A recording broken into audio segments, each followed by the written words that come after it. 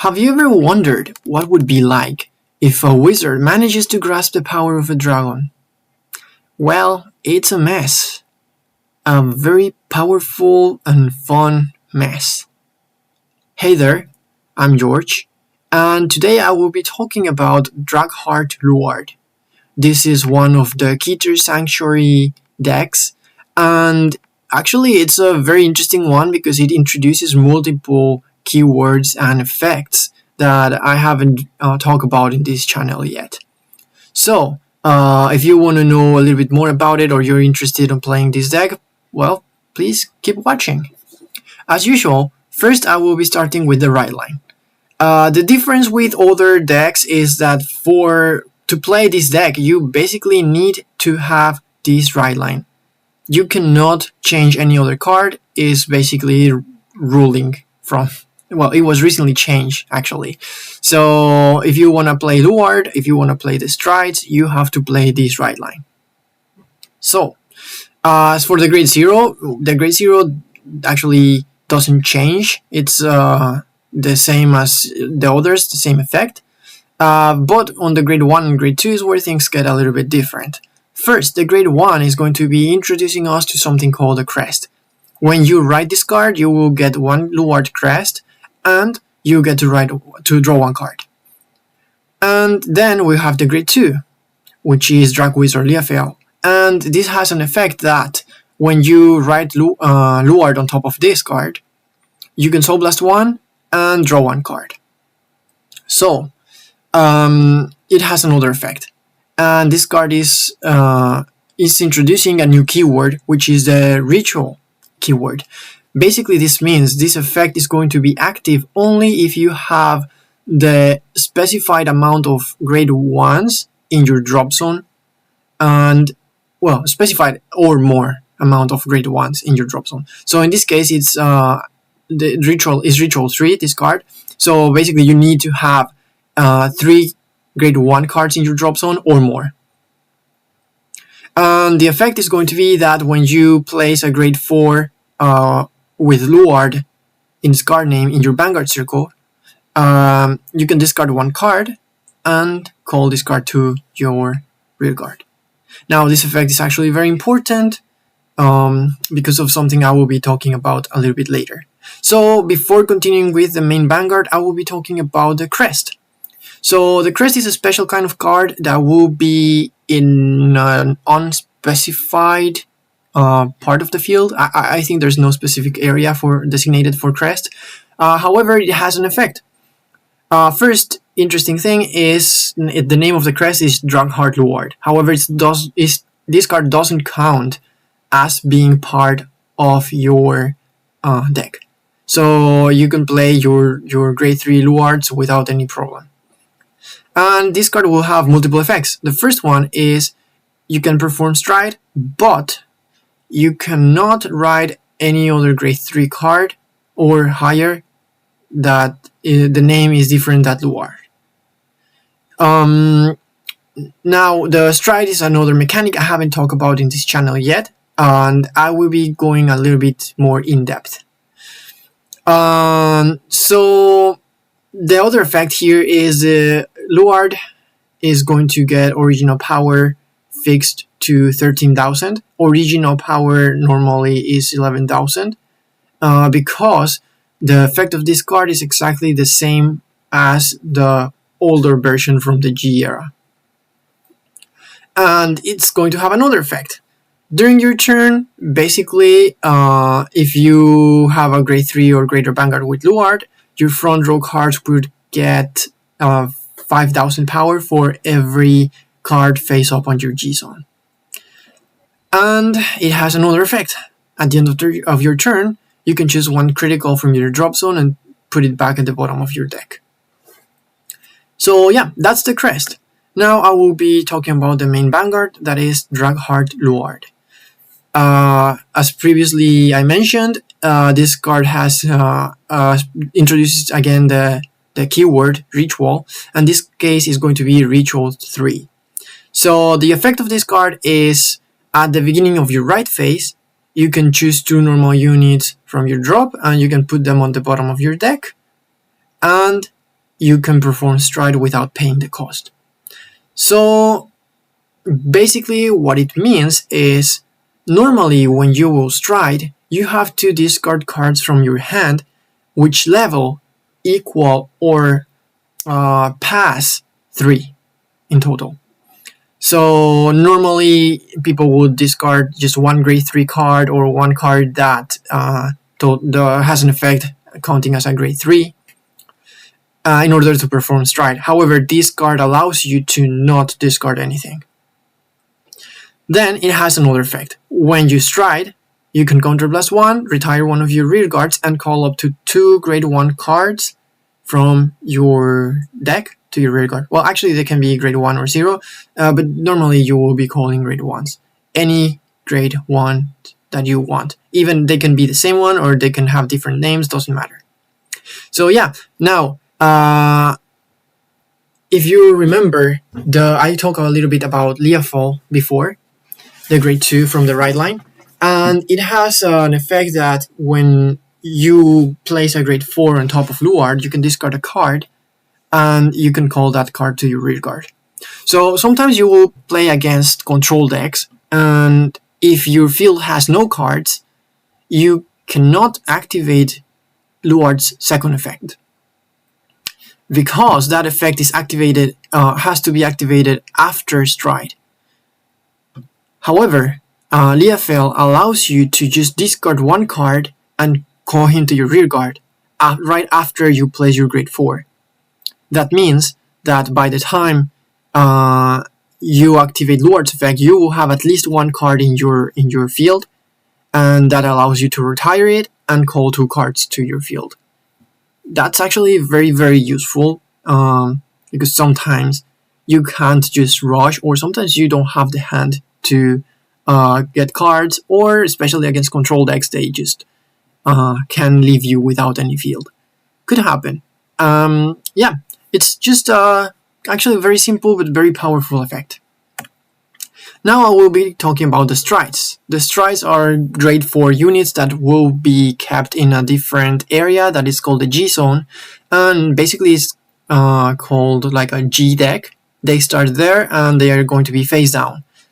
So basically after performing stride, you will choose one of those face down cards and place it on top of your Vanguard until the end of turn, of course. After the end of the turn, they just go back to the G zone and they go back face up, and you cannot stride those cards anymore for the rest of the game, unless of course they have an effect that states different. Now the card that is underneath those strides is called the Heart, that was the previous Vanguard, and the stride will gain the name and the power of your heart. So even though this card is called Driver Luard, it's also going to be having the name of Drag Wizard Luard. Dragheart Luard, sorry.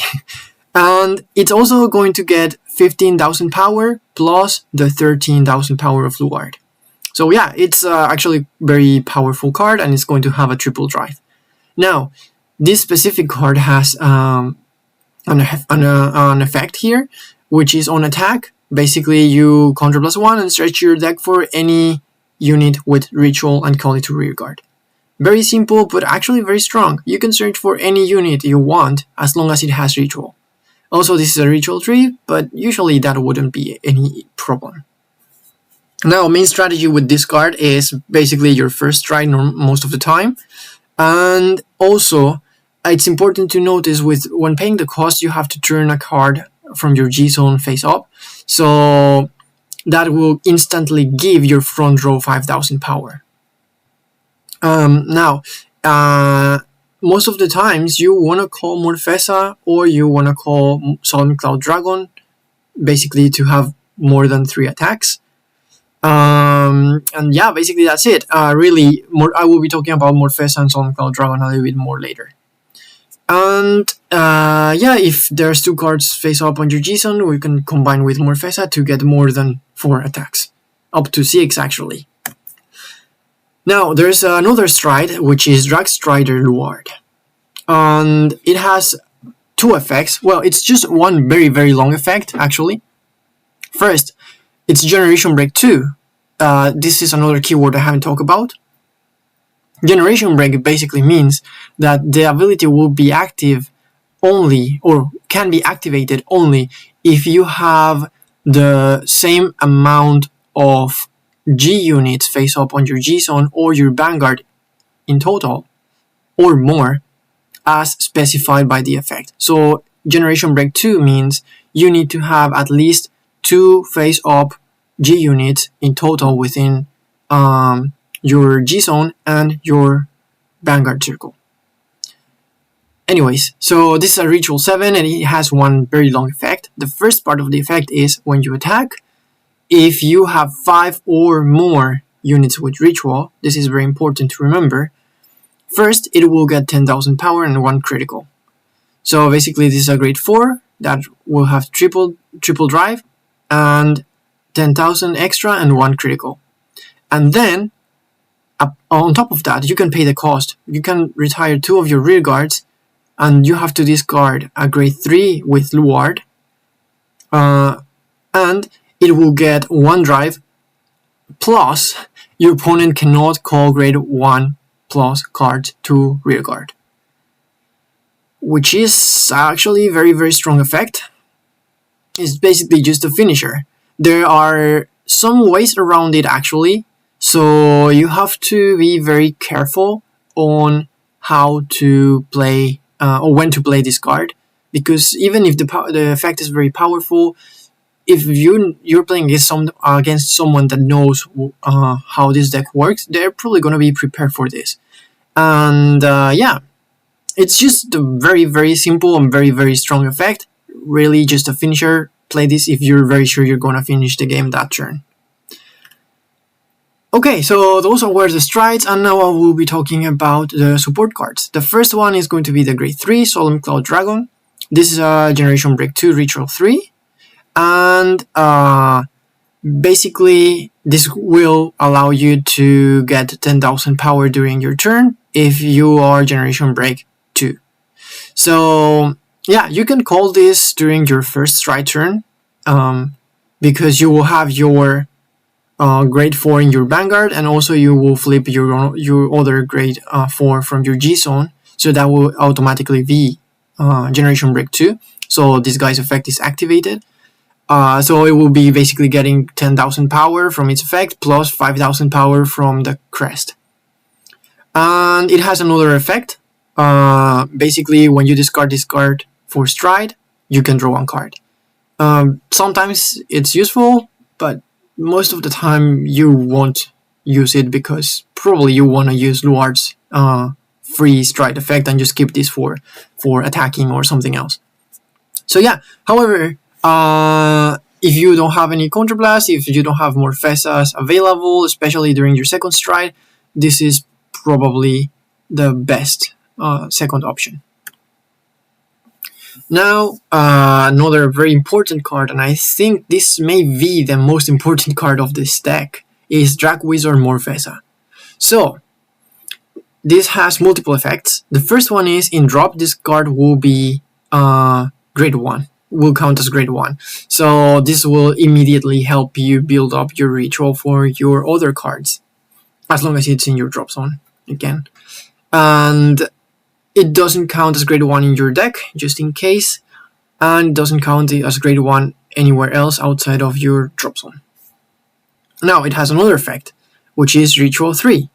Basically, when this unit attacks Vanguard, if you have Dragheart Luard as a crest, this card will get plus 5,000 power. However, it will have another effect that is actually very, very powerful. It is, if your G-Zone has 2 or more face-up cards, you can counterblast 1 and you can search your deck for 1 unit with Ritual and just call it to your rear guard. You cannot call Morfessa. So yeah, you can call anything else you want, but not Morfessa. Also, something else to note here, it's not a Generation Break card. It actually specifies that you need 2 face-up cards in your G-Zone, which is different from Generation Break 2, actually. So yeah, main strategy here is, this is mainly your main call target for Drag Driver Luard, and you can actually have up to 6 attacks. Now, the main call target for Drag Driver Luard during your second stride. If it's the first stride, this effect is not going to activate because you don't have, at this point, 2 face-up cards in your G-Zone. And the main card that you want to call most of the time with this card is the Solemn Cloud Dragon. So yeah, I will be talking a little bit more about how this card combos, but basically Solemn Cloud Dragon is going to allow you to have an extra attack and actually also very powerful attack. So yeah, this is Drag Wizard Morphesia, and I will move on to the next one, which is Abyssal Owl. So this card has 2 effects. The first one is you can discard this from your hand, and you can search your deck or your drop zone for Luard. And it has another effect in your drop zone as a Ritual 3. When your turn is finished, you can bind this card together with another Abyssal Owl, and you can countercharge 1. Basically, this card is your main countercharge unit, and actually you can combo this with another card that I will be talking a little bit later on. And if you are playing Dragstrider Luard, you can actually just discard this and search your deck or your drop for 1 Luard, and that way you make sure you have the cost for the full effect of Dragstrider. So yeah, it's very simple, but actually very, very useful. Again, since it's a ritual, you can call this with any card that allows you to call cards with ritual. Okay, so next one is Drag Wizard Semias. This Ritual 3 card that has, this is a card that has 2 effects. The first one is a Ritual 3. It gets 2000 power during your turn, so basically it's just a 10k booster most of the time. But it has another effect, and it's a Generation Break 1. So basically, when this card is placed on your rearguard circle, except during battle phase, if you have Luard as your Vanguard, I'm going to just omit this for the rest of the cards. Actually, I think this may be the last one. Basically, you can check top 2 cards of your deck, and you can call any card you want from there. The other one goes to the bottom of the deck. And important thing here is that the call you called has to retire at the end of the turn. So yeah, this is actually a very, very good card for building up your field. You can call this with Luard, and also if you happen to see another Semias from the top deck with this card, you can call that card because it doesn't restrict you to call it, and you can activate the effect again. So basically you can build up your field with 1 card, which is very cool in theory. At least better than nothing, I suppose. And sorry, here in the main strategy part I say it only works on battle phase, but actually it doesn't work on battle phase. It's other than battle phase. Now, the next card is going to be Luminosity Wizard. This is another card with 2 effects. It's the first one, a Generation Break 1 with a Ritual 3. The turn this card is placed, it gets plus 10,000. It's just a very simple first effect. And then, when this card is retired from your rear guard, if you have your crest, basically you can soul charge 1, and your Vanguard gets plus 5,000 power. Now again, retired can be retired by an effect, or can be retired by calling something on top of it, or can be retired by something else. So basically this card is actually very, very good as a booster, but also the effect is also very good with Luard when you need to call something from your deck. It's just extra power, and if you don't have anything else really to call, you can just hit with 18,000 power on your front row. Then you retire this card with something else when calling on top of it, and your Vanguard will get a bonus 5,000 power. In general, I think it's a very good card and reliable, and it has a ritual, so it also counts for the cards that require you to have ritual cards to call. Anyways, now this is where I get a little bit more separated from the main support cards, and I will start with the grade 2s. This is Knight of Abroadness Undercover Dara. This is the card from DC Booster 03. I think still not released in English. And actually, this card can be used in 2 archetypes. The first one is the Undercover archetype, and also can be used as a Shadow Paladin card. So yeah, Luard and the support cards are Shadow Paladin.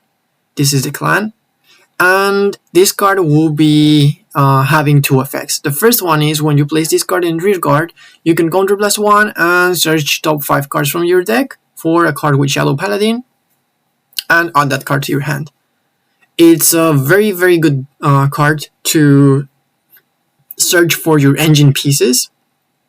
But the only problem here is like it asks you for 1 counterblast. However, it has another effect.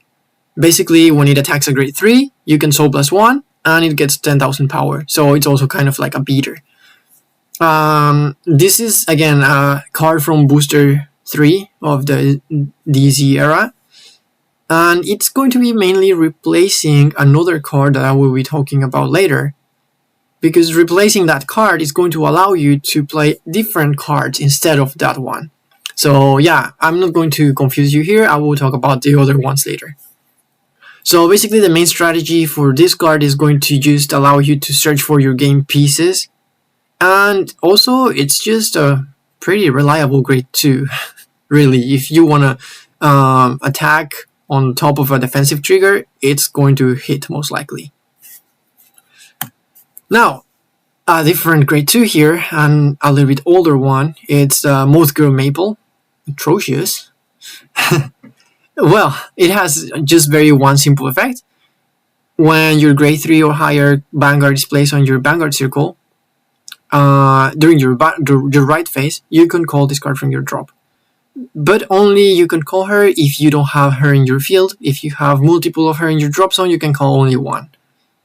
It's just also very good. Same as the Sneeze. It's going to allow you to activate Luard's effect basically for free. Yeah, it's just a very good discard fodder. I will talk about discard fodders a little bit later, but if you have that discard in your hand, you will like to discard it. Or you can also use it as a beater on early game. If your opponent retires it, kind of better for you. You can just intercept with her. So yeah, it kind of depends for you. Very useful, actually. Next card is Divine Sister Financier. I'm sorry if I'm mispronouncing this name. And actually, that's a very nice pastry in Japan. They're pretty popular, actually. Anyways, so it has 2 effects. The first effect is on place. You can search your deck for an order card called Brimming with Mercy. And you can basically put it instantly in your order zone. And then it has another effect. When you move this card to Guardian Circle from your rear guard by the effect of the order card, it gets plus 5,000 shield. Here, basically, the only purpose of this card is just to search the order. It doesn't count as playing the order from your hand, so if you activate the order with her effect, you can still activate another order. Which is actually very useful, and you will see why in a moment. Next, grade 1s, Painkiller and Angel. So for this one, it's at the end of the battle, when that it boosted, you basically retire this card, Soul Blast 1, and draw 1 card. Now, this card is actually kind of important, because it allows you to fill your drop zone with grade 1s for your rituals, and not only with her, but also you can Soul Blast something, and use that for your ritual. So yeah, it's just good.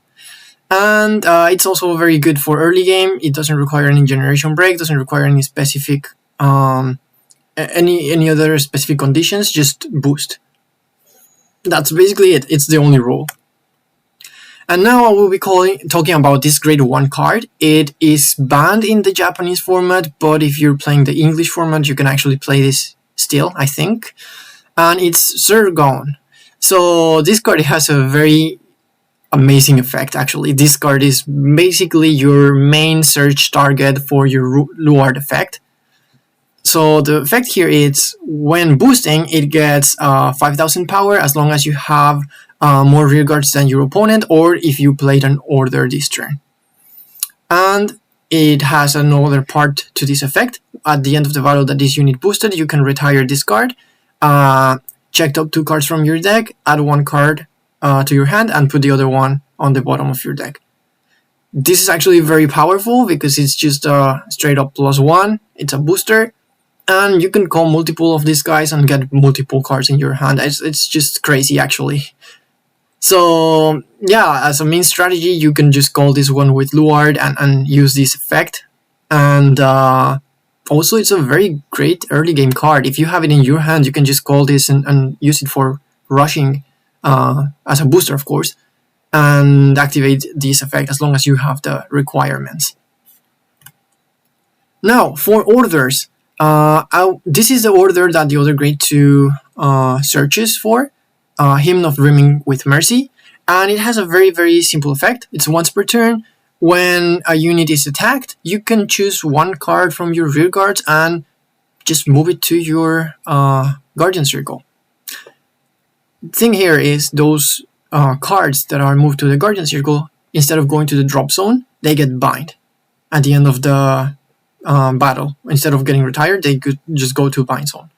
So yeah, this card is actually very useful, and also you can use more than 1 per turn if you have multiples in your order zone. So if you have 2 or 3 and you have 3 back row units, you can basically intercept with all of them. Doesn't count as intercept, it's just like moving them.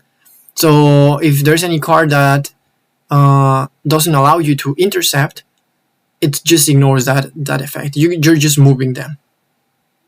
And yeah, the main strategy here is, if you want, you can use your PGs to intercept and activate those effects. Well, again, not intercept, to just move them to your Guardian Circle from your field and use those effects.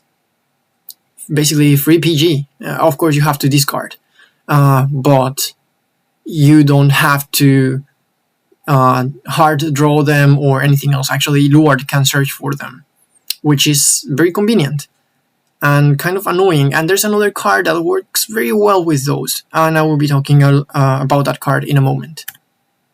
So there's some other options. Again, in the English format, the grade 2 from Booster 3 I talk about, it's still not released. So Tatefeld is kind of the replacement here. The difference is that this unit requires you to Soul Blast 1 when it's placed, and if it was not placed by a unit effect. Basically, if you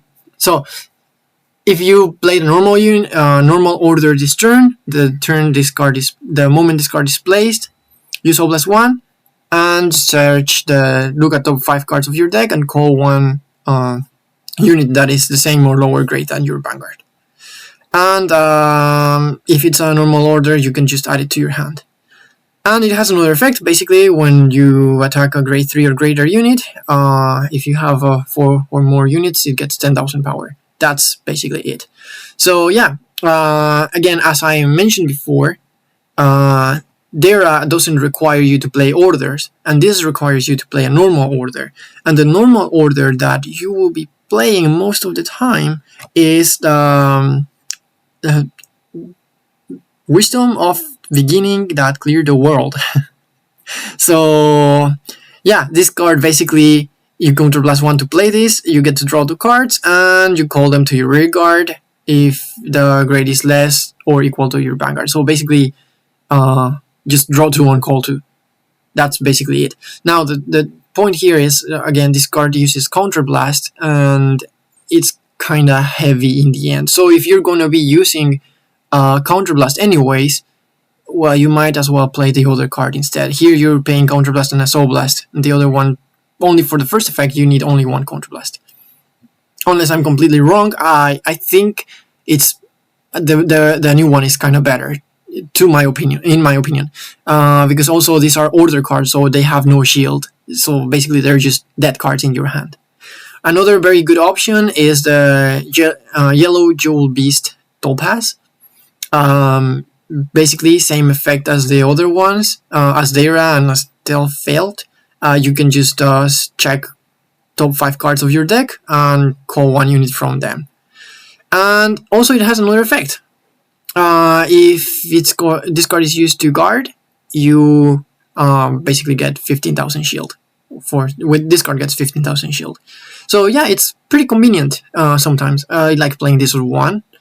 And actually 1 is probably the best amount because you don't do persona right, so you will be able to use this card basically just once. So yeah, if you want to see it a little bit more often, maybe playing it 2 times, it's fine. But you can also call this with Luard, so you don't have to really search it. Anyways, the other card is Divine Sister Biscotti. So this is basically the discard fodder for this deck.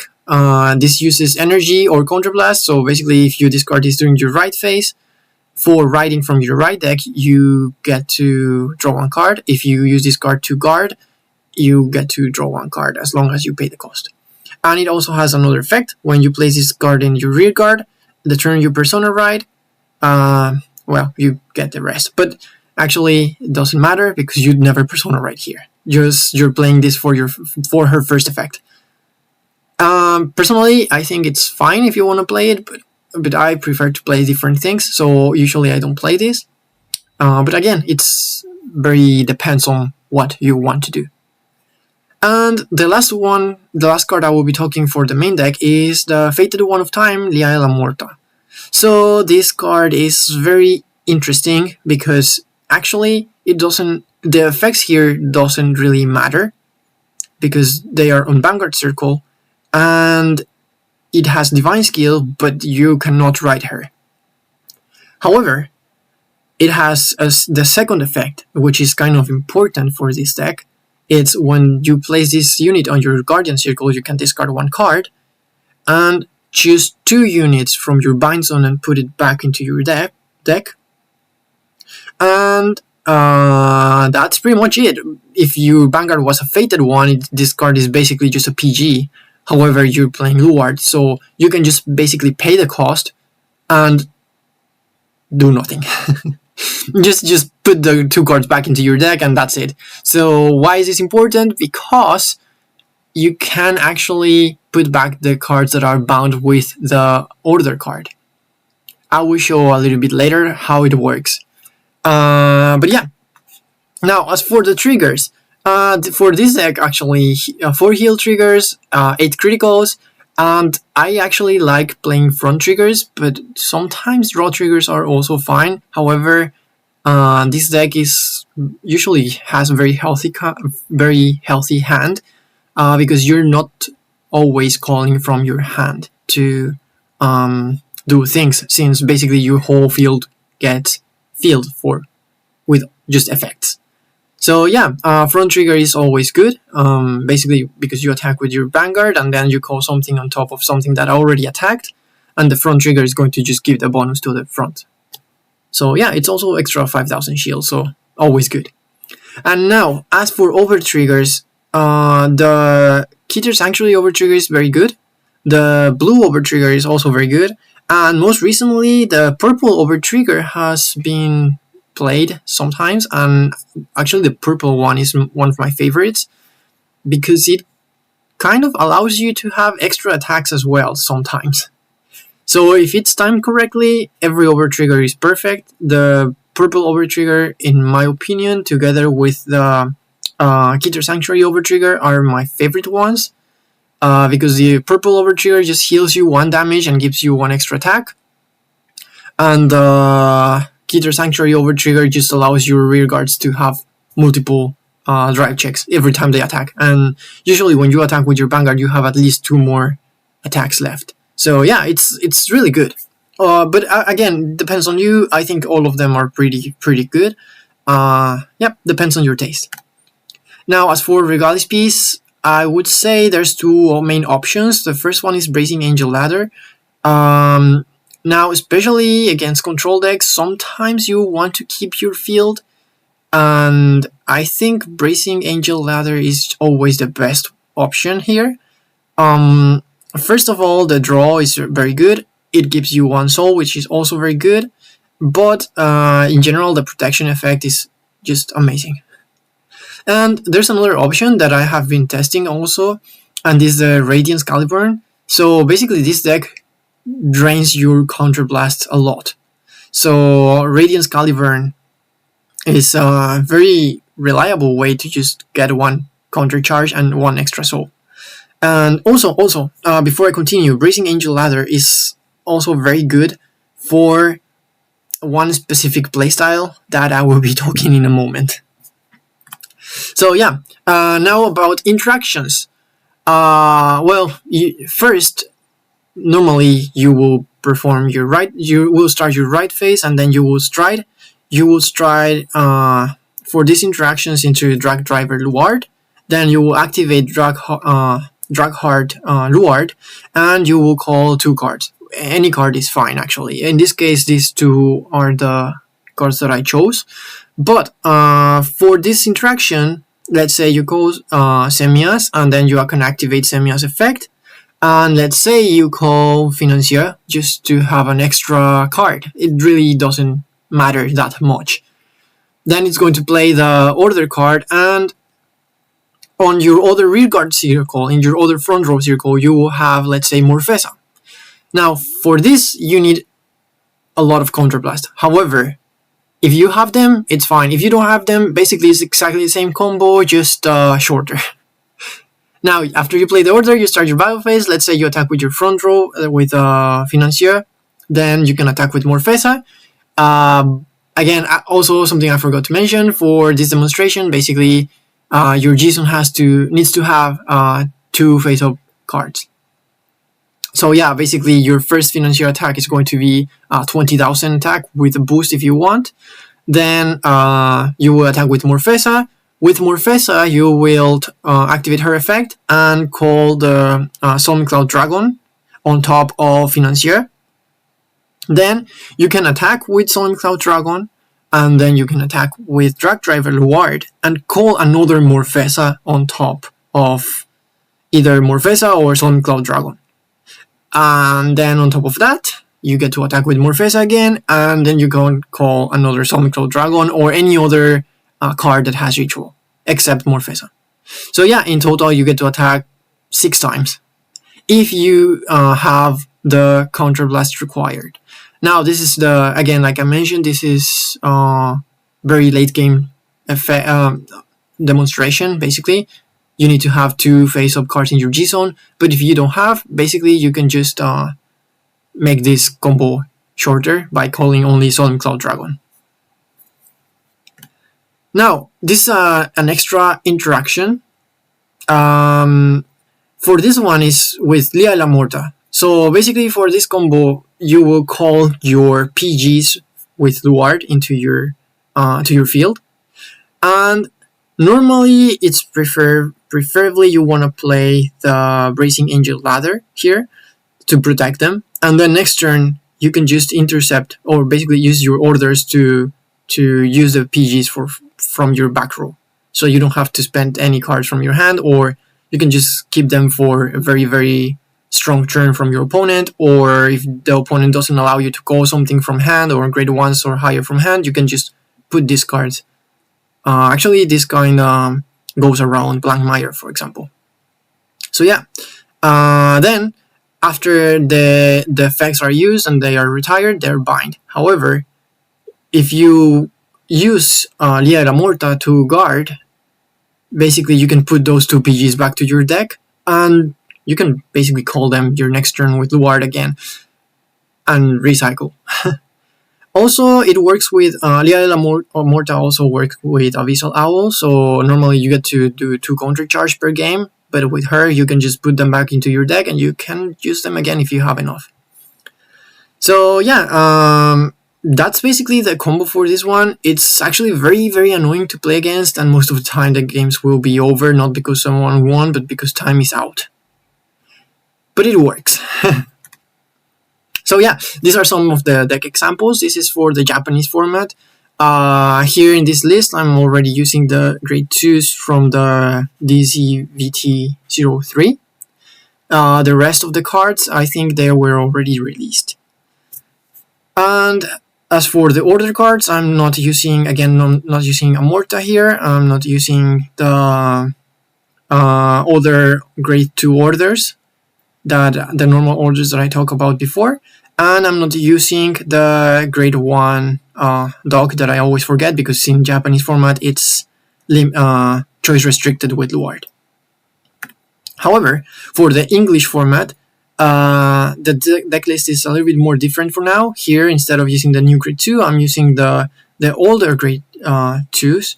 And also I am using the grade 2 order as a 4 off. And here I use the 4 of this dog, which should be replaced from the one I talked about before. In English is not restricted, but because I am using Japanese version of the Bushinavi, I cannot add it to my deck since it would be illegal for this deck. So yeah, this is how it kind of looks like. It's very tight actually. You can move around cards as you wish, but this is probably the most common way, or a very general way of how you would be playing this. And this is another example, just showing Amorta here, Liel Amorta, and it's playing the Financier grade 4 and the grade 2 orders. So yeah, basically that's pretty much it for this deck. My conclusions is actually this is a very, very strong deck. Actually, by the time I'm making this video, is still on top, together with the Shiranui deck and other ones. It's amazing that you can have a free stride, so you don't really have to worry to have any grade 3s or some of grades 2, 3 in your hand to stride. Or if you don't have any hand, you can just stride anyways. It has a very good early game, because most of the cards here don't really require generation break. So you can just call stuff and rush, and you will be probably fine. And also it always keeps good hand size, because it retires the cards it has to call new cards. So that's always good. And in general, stride decks are fun. Now for the bad parts, it's kind of weak against control decks. If you don't have a Raising Angel Ladder, it's going to hurt, because even if you can use the drop zone cards, sometimes you want to keep the cards you have in your field to continue your combos next turn. However, if the opponent retires everything or binds or removes your cards, it's a little bit annoying. It's very counterblast heavy, so yeah, be careful with your counterblasts. And G deck matches are no fun, because no one will want to get to grade 3. This deck has kind of early game, however, still not riding to grade 3 is very annoying. So yeah, if you don't do it, your opponent won't do it, and whoever gets the advantage first basically will win. Whoever has the best early game. And yeah, it has many options for different plays. Just this deck, because it has many options, you have to be very careful with your time, because you can be thinking too much, and then when you realize, time is over and you get double loss.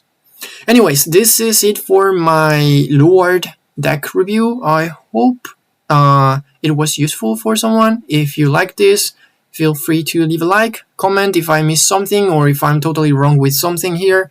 If you have any different ideas, please let me know as well in the comments.